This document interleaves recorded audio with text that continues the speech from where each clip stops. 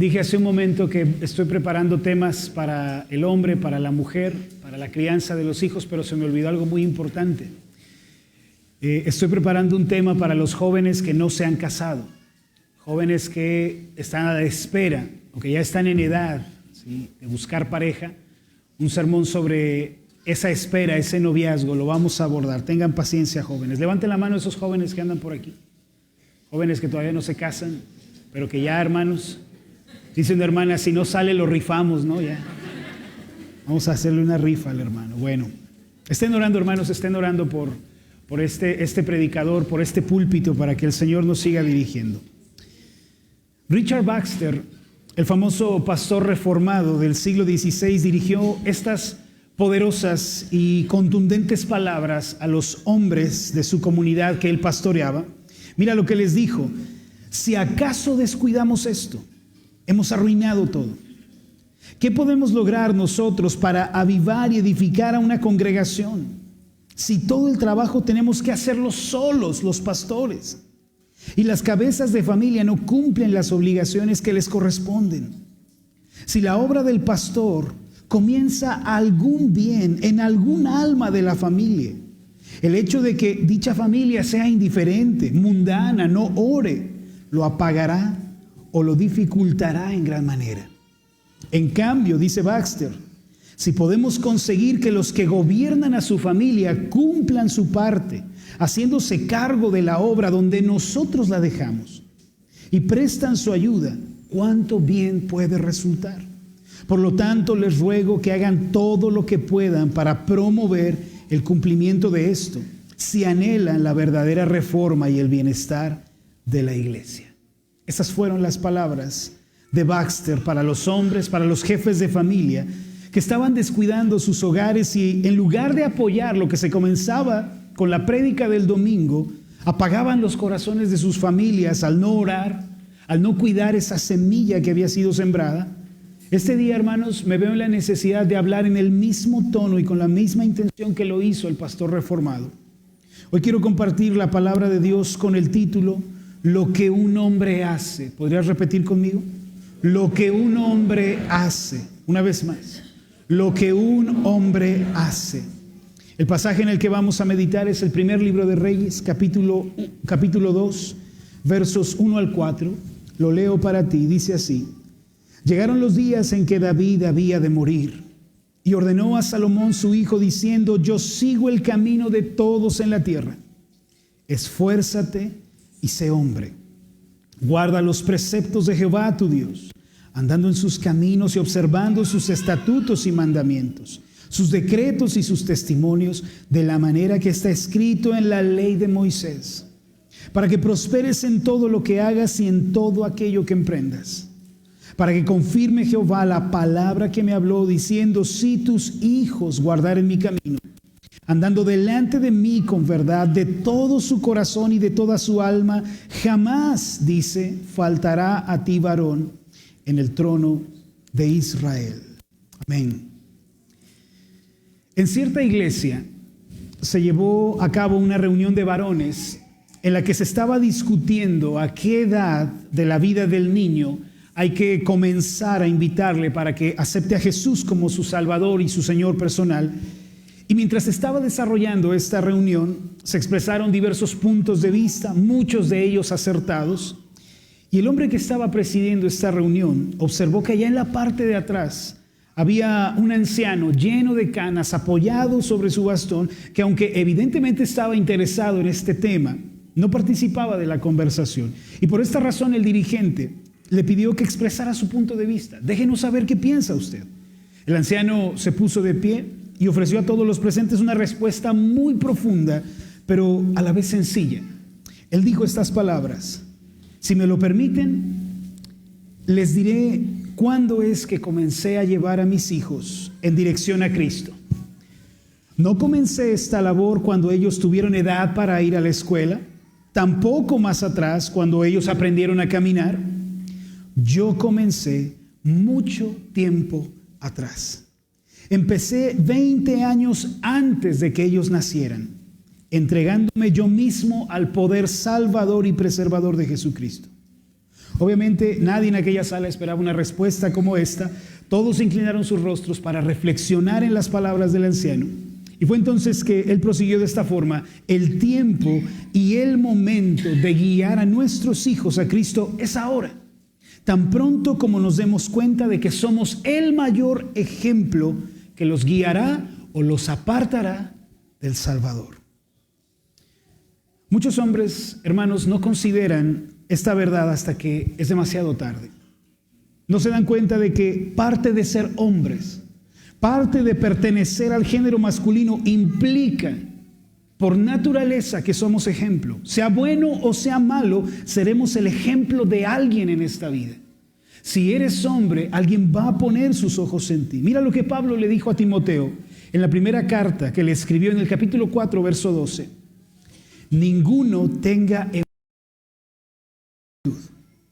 Al parecer Timoteo era un pastor muy joven, se estima que tendría entre 35 a 40 años, y le dice que nadie lo menosprecie por esa juventud, nadie te tenga en poco por eso, sino sé ejemplo.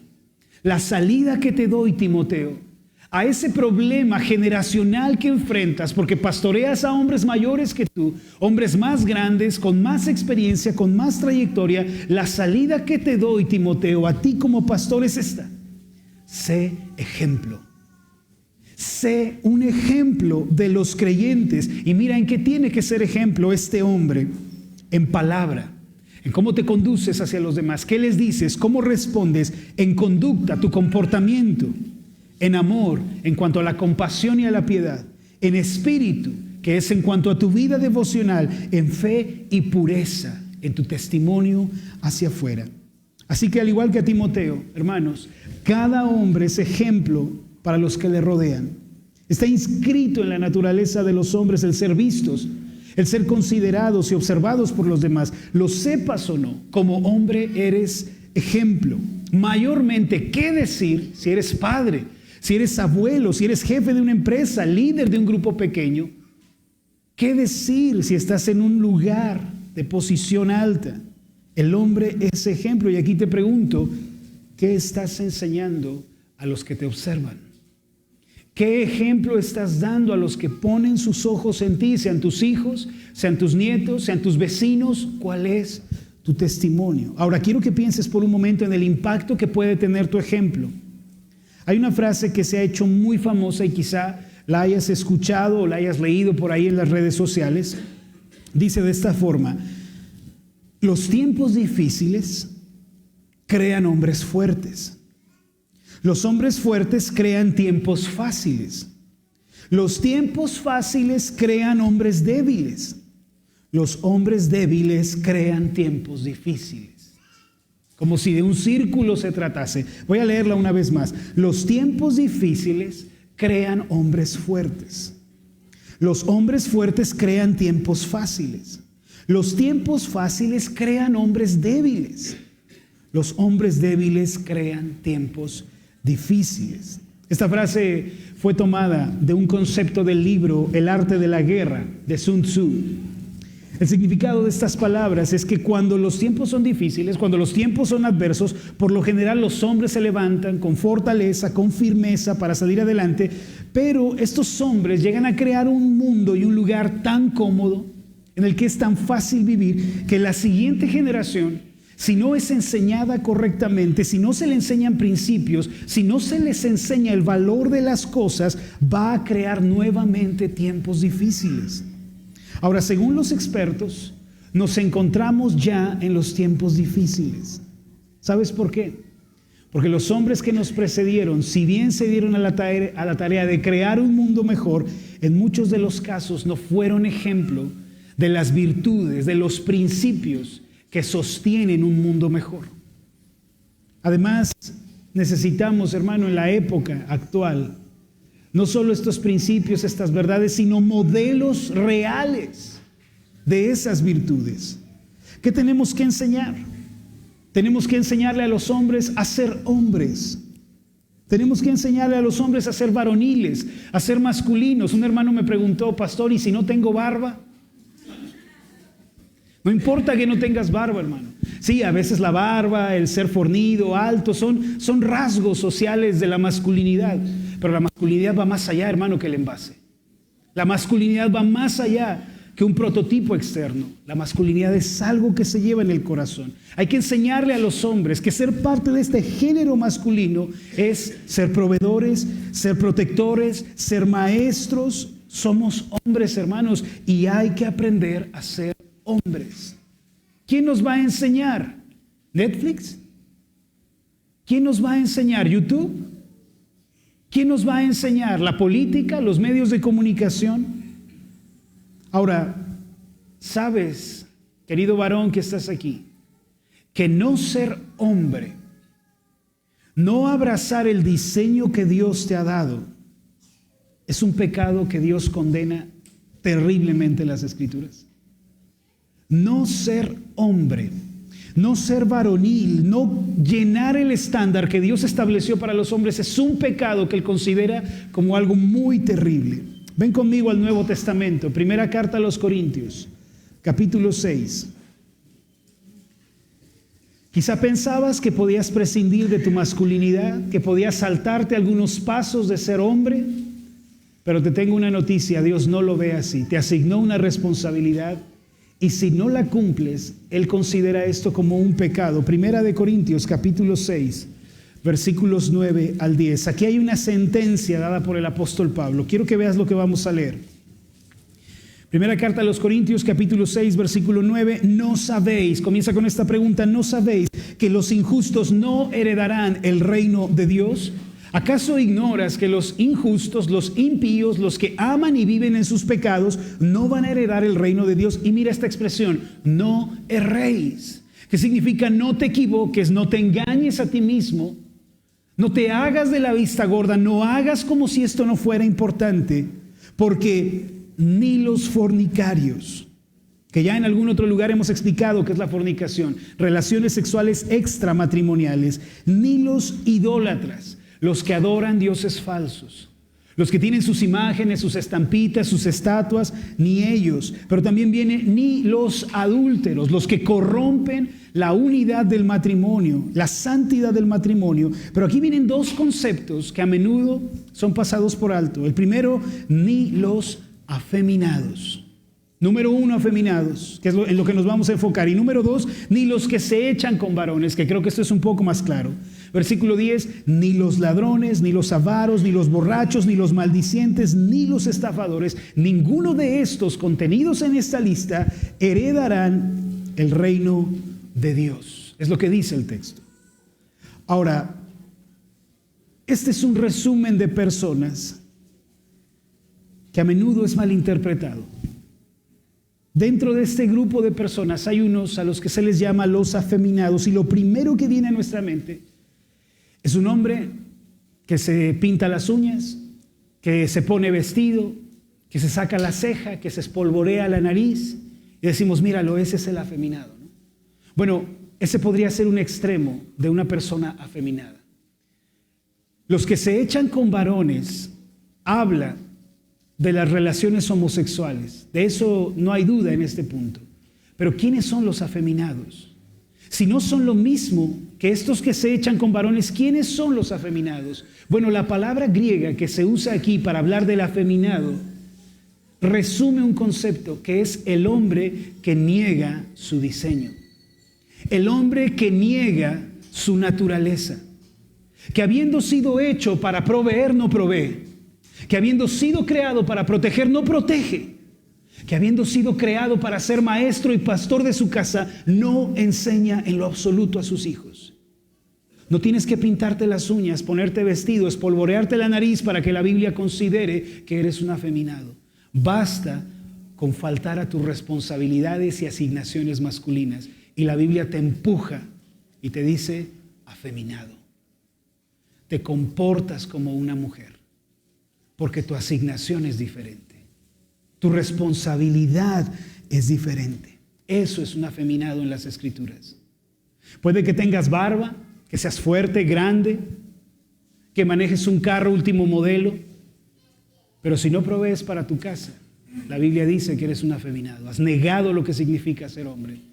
No pastoreas a tu casa, no te dedicas a las Escrituras, no eres ejemplo, no eres testimonio, no proteges, la Biblia dice de ti, afeminado. Hay algo que hay que comprender entonces, varones. Mira, según las Escrituras, los hombres, los varones, son los que le van a transferir el legado espiritual a las siguientes generaciones. Son los que le dan a sus hijos los principios, les dan las verdades, los valores con los que ellos deben vivir. En nuestra lectura de hoy, Primero de Reyes, capítulo 2, acompáñame por favor con tu Biblia. En este pasaje encontramos a un hombre, y quisiera que pusiéramos los ojos en este hombre llamado David. Él tenía en claro, hermano, la tenía clara, él sabía que tenía que dejar un legado a la siguiente generación. Tenía que dejarle un conjunto de principios, verdades, a quien iba a tomar la estafeta. Este era su hijo Salomón. Primer libro de Reyes, capítulo 2, verso 1 en adelante. Llegaron los días en que David había de morir, y ordenó a Salomón su hijo, diciendo: yo sigo el camino de todos en la tierra. Esfuérzate y sé hombre. ¿Cómo? ¿Cómo me voy a esforzar y voy a mostrar esta hombría? Guardando los preceptos de Jehová tu Dios, andando en sus caminos y observando sus estatutos y mandamientos, sus decretos y sus testimonios de la manera que está escrito en la ley de Moisés. ¿Para qué? ¿Con qué objeto? Para que prosperes, Salomón, en todo lo que hagas y en todo aquello que emprendas. Mira, cuando llegó el tiempo en que David estaba por partir de esta tierra, imagínate a este hombre ya anciano. Dice la Biblia que ya no se calentaba él solo. El calor mismo lo había abandonado, su cabeza se había pintado de blanco, muy probablemente ya no veía bien, ya no andaba solo, ya no podía caminar por cuenta propia, y manda a llamar a su hijo Salomón. Salomón, ven, tengo instrucciones importantes a ti. Este es el legado que yo te entrego. Esta es la responsabilidad que pongo en tus manos. Y así, hermanos, todos los que estamos aquí, todos los que somos varones, en algún momento vamos a tener que entregarle la estafeta a la siguiente generación. Ahora, hay una estadística que dice que el 92% de los hombres en la población mundial se reproducen, tienen hijos, ya sea dentro o fuera del contexto del matrimonio. De modo que de todos los varones que estamos aquí el día de hoy, de todos estos, un 90%, si no es que un poco más, vamos a tener hijos y les vamos a entregar un legado el día de mañana. Quizá en este momento eres un joven y dices: yo tranquilo, aquí no pasa nada. Bueno, en este momento, pero la estadística dice que en algún punto te vas a reproducir y vas a tener hijos. ¿Qué legado vamos a dejarles a los demás? ¿Qué vamos a entregarle a los que vienen después de nosotros? A ver, hagamos el ejercicio. Varones, de los que están aquí, ¿quiénes son padres? Levanten la mano. Déjenla ahí arriba.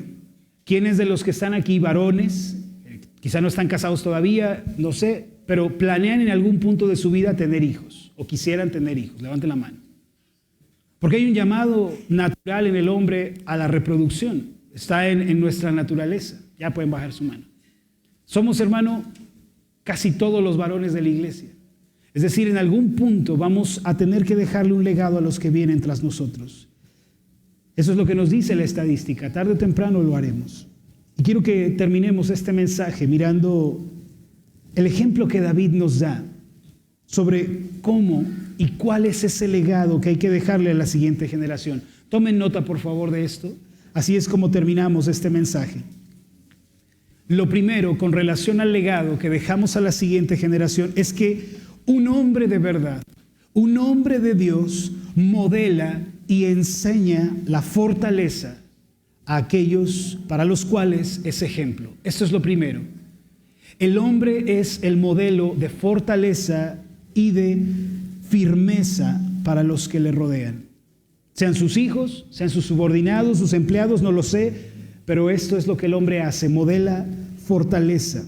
Mira lo que le dice David a su hijo. Llegaron los días en que David había de morir, y ordenó a Salomón su hijo, diciendo: yo sigo el camino de todos en la tierra. Salomón, se me acabó la vida, me acabé los años, voy a donde todos van en esta tierra, pero esto te digo: esfuérzate y sé hombre. Y con estas palabras David se despide y le dice a su hijo: vas a tener que ser fuerte, Vas a tener que ser valiente, aferrado, mostrar hombría, y esto me parece una tremenda enseñanza que David le está dando a su hijo. Ahora, hay algo muy importante aquí, porque David no le está pidiendo a su hijo algo que primero él no haya hecho. Para este punto de la historia, para cuando David ya es un anciano y no se puede mover, todo mundo conoce la vida de David. Todos saben quién fue este hombre. Todos saben quién fue su rey. Mira, dentro de toda la nación de Israel, sabían que a sus 16 años, David había matado a Goliat. Había mostrado una valentía desde el principio. Y no solo eso, había puesto en fuga al ejército enemigo. Ese es el ejemplo que Salomón tenía. No solo eso, todo el pueblo sabía cómo David había desbaratado el ejército filisteo con tal de recuperar el arca de Dios y traerla a la ciudad santa. Todos conocían la historia de cómo él y sus valientes le habían puesto fin a la opresión de los amalecitas y los amonitas. Ahora David, este hombre valiente, le dice a su hijo: tú también vas a tener que esforzarte. Tú también vas a tener que ser valiente, así como me viste a mí serlo. No solo físicamente, hermano, sino espiritualmente. David había caminado con Dios. Se había embriagado, si me permites la expresión, de la confianza en Dios, al punto de que dijo estas palabras en el Salmo 18, versículo 29. Contigo, le dice al Señor, contigo desbarataré ejércitos y con mi Dios asaltaré los muros. Esa es la clase de padre que era David. David se había fortalecido en Dios, de modo que le decía: Señor, contigo podré enfrentar lo que venga. Y esto es lo que Salomón había visto en casa. Un hombre que era fuerte en el Señor y por lo tanto fuerte en la vida. Eso hace un hombre. En el Salmo 92, versículo 10 y 11, que es también un salmo de David, le dice al Señor: pero tú aumentarás mis fuerzas como las del búfalo. Señor, tú me harás fuerte, seré ungido con aceite fresco, que es un símbolo de la elección de Dios. Y mirarán mis ojos sobre mis enemigos, oirán mis oídos de los que se levantaron contra mí, de los malignos. Esta era la figura paterna que Salomón tenía. Cuando Salomón entra a la recámara de su padre en aquella ocasión, cuando David está postrado en cama, anciano, y escucha a su padre que le dice: esfuérzate y sé hombre, Salomón tiene algo en mente. Yo tuve un hombre en mi vida que se esforzó y que fue valiente. Un hombre que supo pelear sus batallas. Hermano, tus hijos van a aprender fortaleza cuando te vean de rodillas. Van a aprender fortaleza cuando te vean escudriñando las Escrituras. Vas a mostrarles a ellos cómo ser fuerte, cómo ser valiente, cómo tener, como decimos, esa garra en la vida cuando te vean constante en tu trabajo, disciplinado en tus asuntos, que eres serio con tus responsabilidades. Eso les va a comunicar que tú eres un hombre fuerte y que ellos pueden ser fuertes también en la vida. ¿De dónde van a beber esa fortaleza nuestros hijos? De nuestra casa, de nuestras familias. Segundo, un hombre de verdad. Un hombre de verdad va a honrar a Dios con su vida, con su conducta, con sus palabras, con su modo de vivir. Se puede resumir de esta manera: un hombre verdadero honra a Dios. Eso hace un verdadero hombre. Aquí mismo en el primer libro de Reyes, capítulo 2, verso 3, luego de decirle: esfuérzate y sé hombre, David le dice a Salomón cómo tiene que conducirse. Y mira lo que le va a decir. Número 1, Salomón: guarda los preceptos de Jehová tu Dios. Guardar, hermano, es una palabra que se usa muchas veces en el Antiguo y Nuevo Testamento. Siempre tiene que ver con valorar algo, con atesorar algo, con cuidarlo de una manera especial. Y es lo que David le dice a su hijo: hijo, ama los preceptos de Jehová tu Dios. Ámalos. Y no solo eso, andando en sus caminos. Camina la senda de los justos.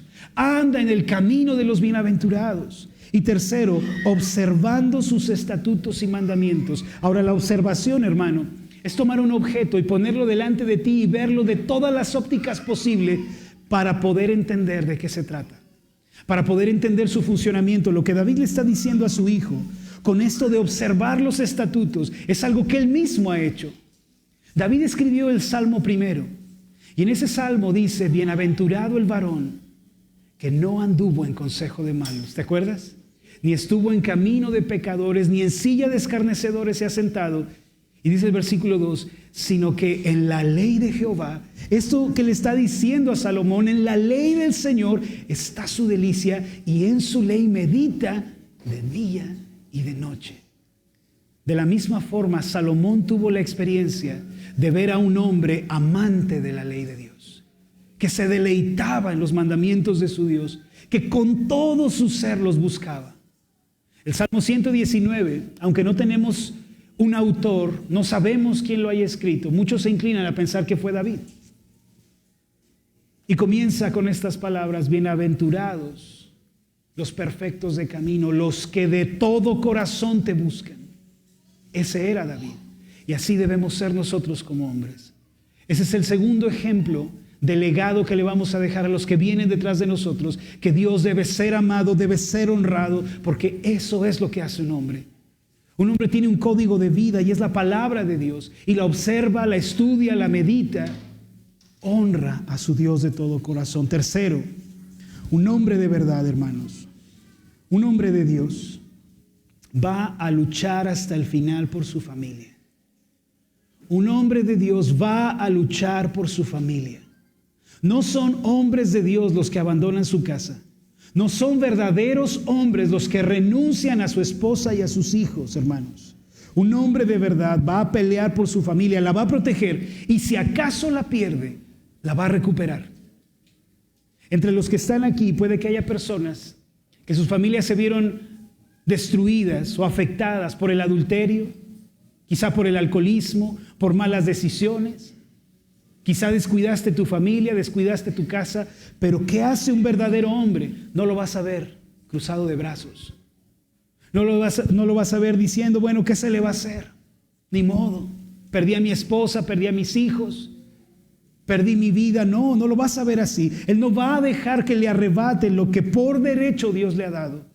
Un hombre de verdad va a pelear por su familia. Se va a levantar por ella. Abre tu Biblia en el primer libro de Samuel. Aquí hay un relato bastante interesante que quiero pedirte que leamos. Primer libro de Samuel, capítulo 30. Vamos a leer del versículo 1 hasta el versículo 20.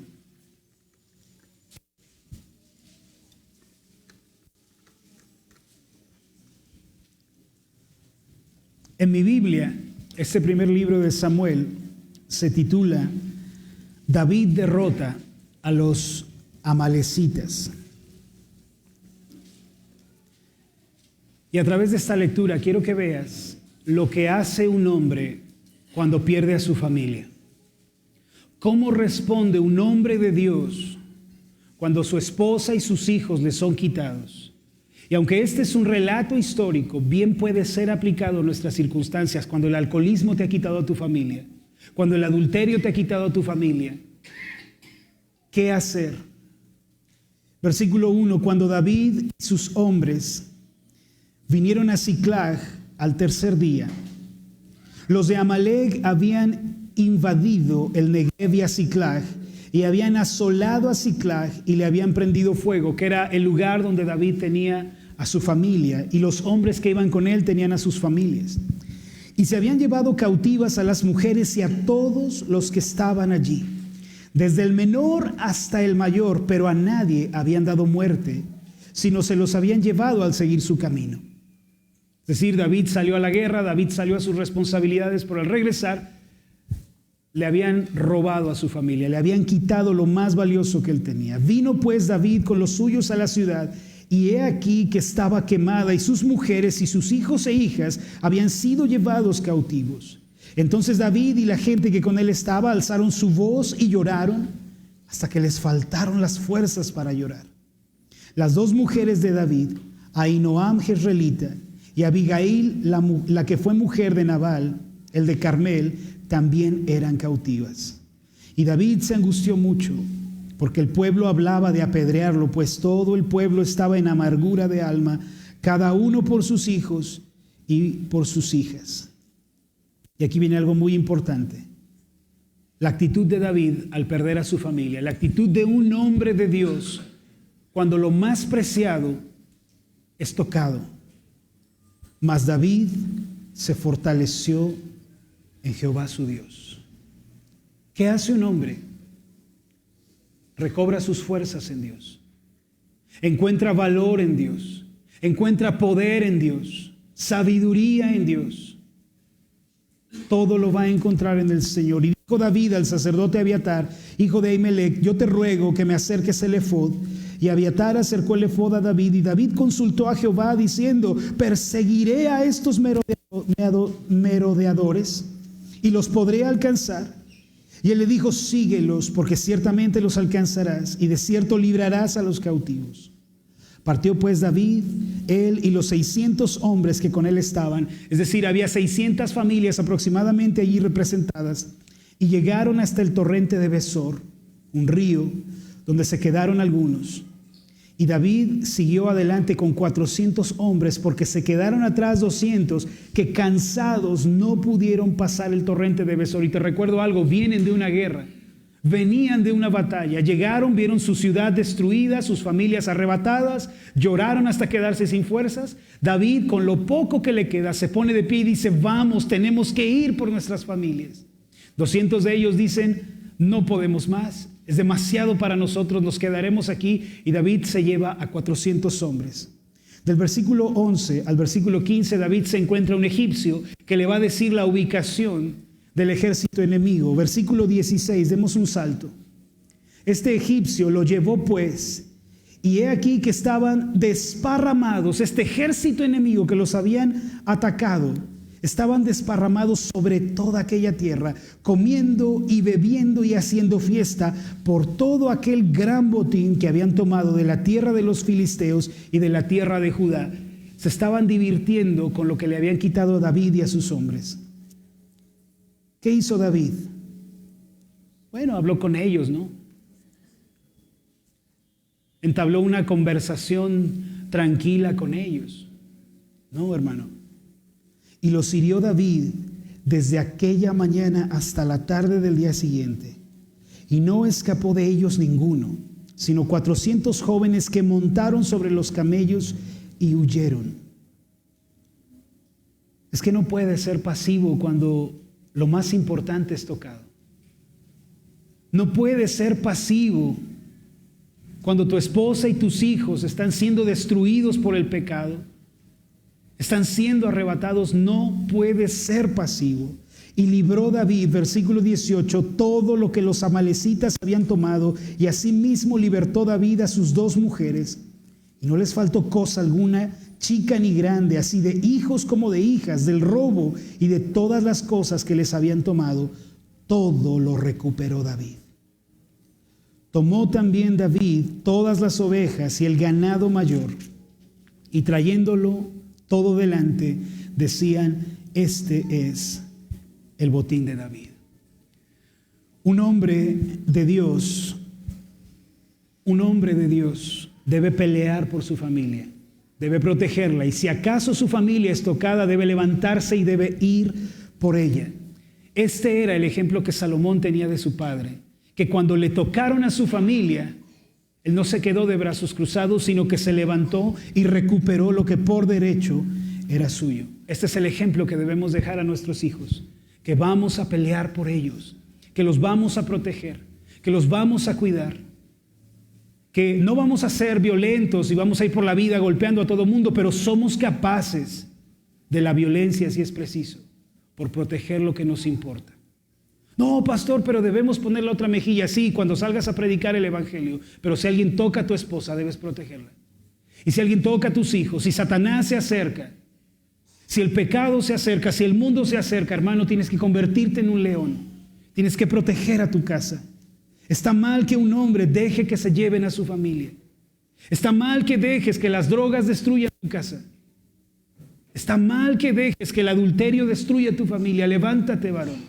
Debes pelear por lo que es tuyo. Y por último, lo cuarto con relación al legado que debemos dejar a nuestros hijos es que un hombre de Dios sabe reconocer sus faltas cuando se equivoca. Porque el hombre de Dios se equivoca. El hombre de Dios tropieza, el hombre de Dios falla. Pero este hombre sabe reconocer sus pecados y sabe arrepentirse delante de Dios y de los hombres. Si tú conoces la historia, vas a recordar que David cometió adulterio. ¿Lo recuerdas? Con una mujer llamada Betsabé. No se detuvo allí. Él mintió durante todo un año, encubrió su pecado durante todo un año. Y como si esto fuera poco, de una manera indirecta mandó matar al esposo de esta mujer. En eso David no es ejemplo de nada. En eso no debemos imitar a David en lo absoluto. David tuvo muchas fallas a lo largo de su vida, muchos aciertos. Recuerda que Dios en su palabra nos habla a través del ejemplo.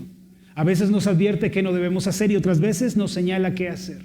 En este caso, David no tiene que ser imitado en lo absoluto. Cuando pecó, pasó un año sin confesar su pecado. El profeta Natán vino a confrontarlo un día. Le contó una parábola en donde un hombre injusto tomaba una corderita de un hombre pobre y con esa corderita hacía un banquete.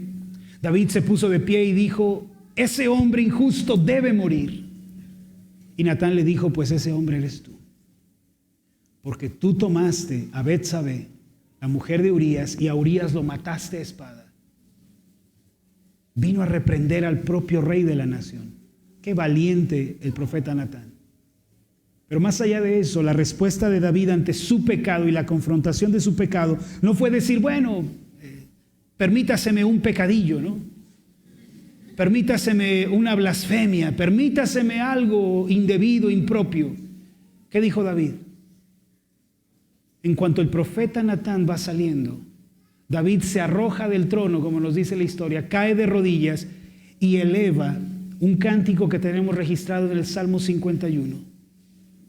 Con estas palabras: ten piedad de mí, oh Dios. Conforme a la multitud de tus piedades, borra mis rebeliones. Lávame más y más de mi maldad y límpiame de mi pecado. Y quiero que veas lo que dice el versículo 3. Porque yo reconozco mis rebeliones. Yo reconozco mis rebeliones. David no pone una sábana sobre sus pecados. No culpa a los demás. No dice: bueno, es que Betsabé se estaba bañando. ¿Qué culpa tengo yo? Él no se justifica: bueno, soy hombre, ustedes entienden. Él no busca culpables. Él dice: yo reconozco mis rebeliones y mi pecado lo tengo siempre delante de mí.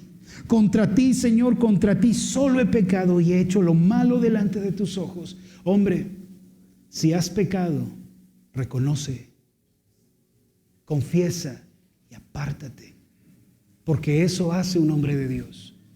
Como hombres nos vamos a equivocar muchas veces. Vamos a fallarle muchas veces al Señor. Pero cuando lo descubramos, cuando se nos reprenda por nuestro pecado, hay que confesarlo. Hay que ser hombres de verdad, porque eso hacen los verdaderos hombres. ¿Me regalas 2 minutos para una confesión? ¿Tienen 2 minutos, hermanos, para una pequeña confesión? Hace algunas semanas, miren, no me considero una persona maldiciente, no me considero una persona que vaya por la vida lanzando maldiciones. Pero hace unas semanas estaba en casa, estaba viendo un debate entre un católico y un protestante. El tema del debate era la justificación por sola fe, como decimos los protestantes, y la tesis del católico era la justificación por fe y obras, sacramentos, etcétera. Y el debate estaba tan acalorado, hermano, ya iban como 2 horas y yo estaba sentado al borde de mi asiento, queriéndome jalar los cabellos porque el protestante presentaba tan buenos argumentos y el romanista respondía, ¿no?, torciendo las escrituras. Y este protestante es maestro de griego, entonces ha estudiado el Nuevo Testamento a la luz del idioma original y le explicaba, pero este otro hombre aferrado a sus ideas. Y de pronto el católico lanza una pregunta. Después de leer un pasaje en Romanos que claramente señala la justificación por fe, lanza una pregunta y dice: ¿este pasaje está enseñando la salvación por sola fe? Y yo ya no pude aguantar más, hermano. Y estaba sentado en el sillón, tenía a mi hija a la par, y le grité al televisor: ¡pues sí, burro! Y en eso mi hija me mira y me dice: ¿bullo?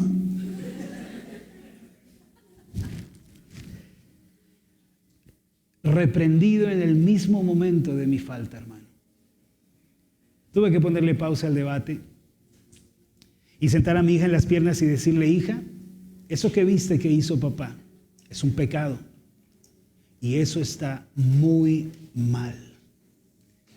Nunca debemos dirigirnos a las personas con palabras ofensivas, con sobrenombres. Nunca debemos hacer eso. Y yo acabo de cometer un pecado y estoy arrepentido porque sé que no te estoy dando un buen ejemplo.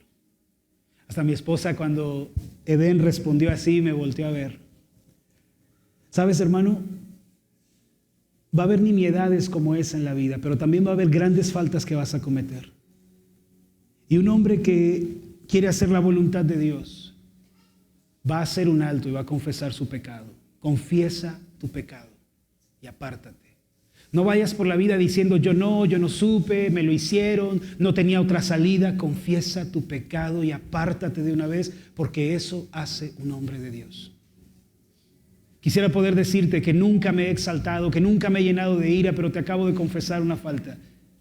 Hay que hacerlo, hermanos. Hay que confesar nuestros pecados. Hay que dar la cara y hay que decir: me equivoqué, fallé, pequé. Estas 4 cosas hacen parte del legado que el hombre debe dejar a sus hijos. El hombre debe modelar fortaleza. El hombre debe ser ejemplo de virtud cristiana, de un carácter moldeado por el Señor. El hombre, cuando falla, debe reconocer sus pecados. Y el hombre de Dios peleará por su familia. Va a luchar por lo que importa. Inclina tu rostro y vamos a hacer una oración.